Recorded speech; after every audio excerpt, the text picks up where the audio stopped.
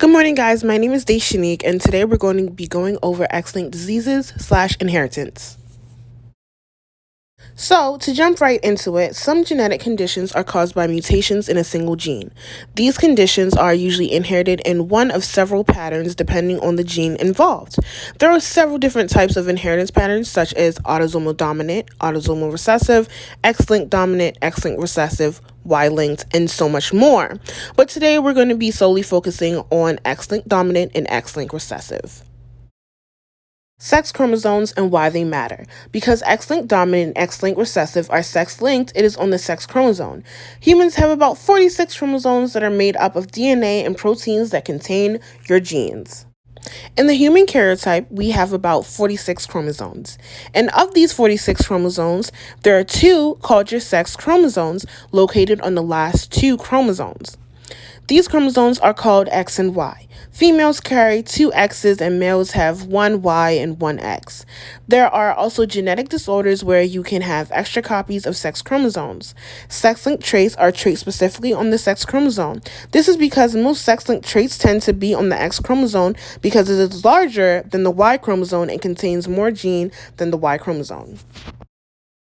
X-linked inheritance comes in two forms. The first type is X-linked dominant. It is a disorder that is caused by a mutation in genes on the X chromosome. In females who have two X chromosomes, a mutation in one of the two copies of the gene is sufficient enough to cause a disorder. In males who only have one X chromosome, a mutation in the only copy of the gene is enough to cause the disorder. In most cases, males experience more severe symptoms of the disorder than females. And the characteristics show that an affected father will most definitely have frequently more affected females. An infected mother will have affected males and females in the same generation.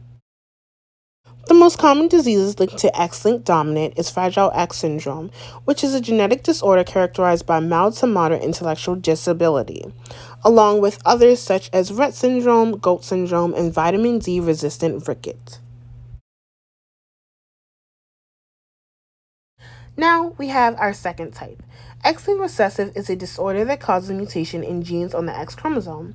In males who again only have one X chromosome, one altered copy of the gene in each cell is sufficient to cause the condition.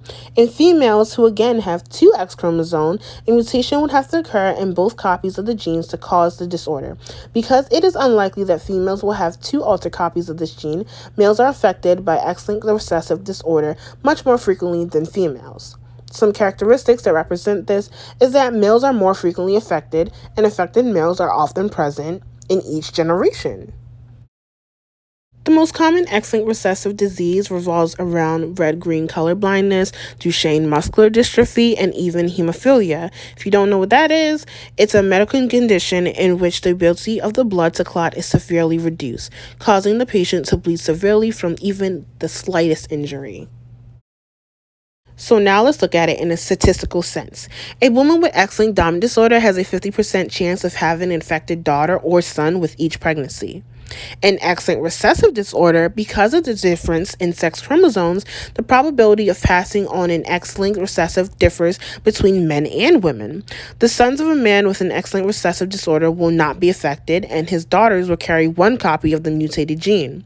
With each pregnancy, a woman who carries an X-linked recessive disorder has a 50% chance of having sons who are affected and a 50% chance of having daughters who carry one copy of the mutated gene.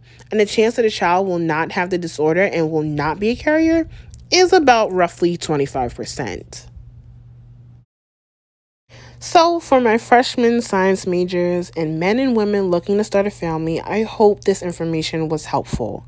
Remember that even though the chance of inheriting a genetic disease/disorder is straightforward, factors are still based on family history, and the results of genetic testing can sometimes modify those changes.